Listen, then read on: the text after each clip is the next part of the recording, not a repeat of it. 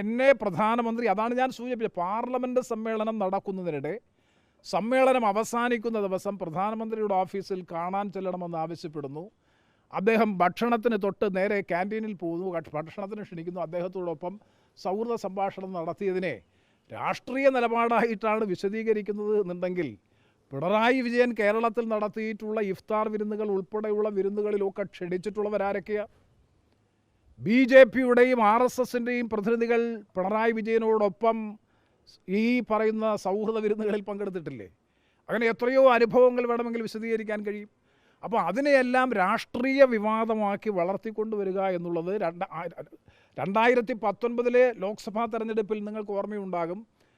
കൊല്ലം national highway bypass ഉദ്ഘാടനം ചെയ്യാൻ പ്രധാനമന്ത്രി വന്നത് ഞാൻ പറഞ്ഞിട്ടും ഞാൻ ആവശ്യപ്പെട്ടിട്ടുമാണ് എന്ന് പറഞ്ഞുകൊണ്ടായിരുന്നു. CPMൻ്റെ സംസ്ഥാന സെക്രട്ടറി അടക്കം പരസ്യമായി പത്രസമ്മേളനം നടത്തി പറഞ്ഞു എന്ന് മാത്രമല്ല, 2019 പാർലമെൻറ്റ് തെരഞ്ഞെടുപ്പിൽ CPM മുന്നോട്ട് വെച്ച പ്രധാനപ്പെട്ട വിഷയം, ഞാൻ വോട്ട് ചെയ്ത് അല്ലെങ്കിൽ ലഭിച്ച് വിജയിച്ചു കഴിഞ്ഞാൽ BJPയിൽ ചേരും, BJPയുടെ മന്ത്രിസഭയിൽ ചേരുമെന്നുള്ള വ്യാപകമായ പ്രചരണമായിരുന്നു അന്ന് നടത്തിയത്. 5 വർഷം കഴിഞ്ഞല്ലോ.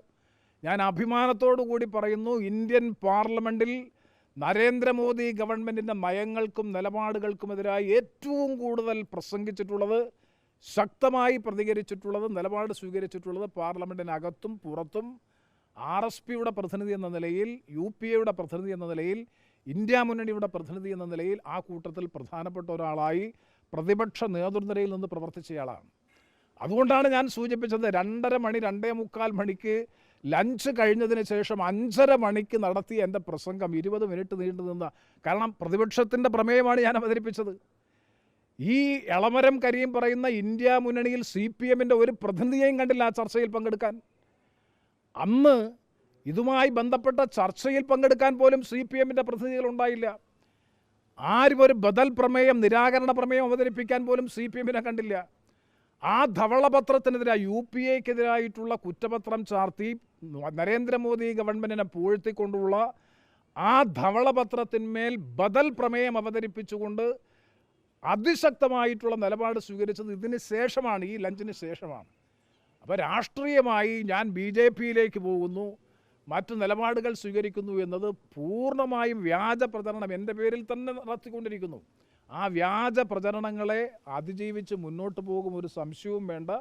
അതിശക്തമായ നിലയിൽ തന്നെ ഇതിനെ പ്രതിരോധിച്ച് മുന്നോട്ട് പോകാനുള്ള കഴിവ്, കരുത്ത്, ശക്തി അവർക്കെല്ലാം അറിയാം. കാരണം ന്യൂനപക്ഷ സമൂഹത്തിൽ, പ്രത്യേകിച്ചും കൊല്ലം ലോക്സഭാ മണ്ഡലത്തിൽ ന്യൂനപക്ഷ സമൂഹത്തിൽ ഭിന്നിപ്പുണ്ടാക്കി, ആശയക്കുഴപ്പമുണ്ടാക്കി, രാഷ്ട്രീയമായ മുതലെടുപ്പ് നടത്തുക എന്ന വളരെ ഹീനമായ, വില കുറഞ്ഞ, നിലവാരമില്ലാത്ത ഒരു വിവാദത്തിനാണ് CPM നേതൃത്വം കൊടുക്കുന്നത്. അത് നല്ലതുപോലെ തിരിച്ചറിഞ്ഞ് പ്രതിരോധിക്കാൻ തീർച്ചയായിട്ടും കഴിയുമെന്നാണ്.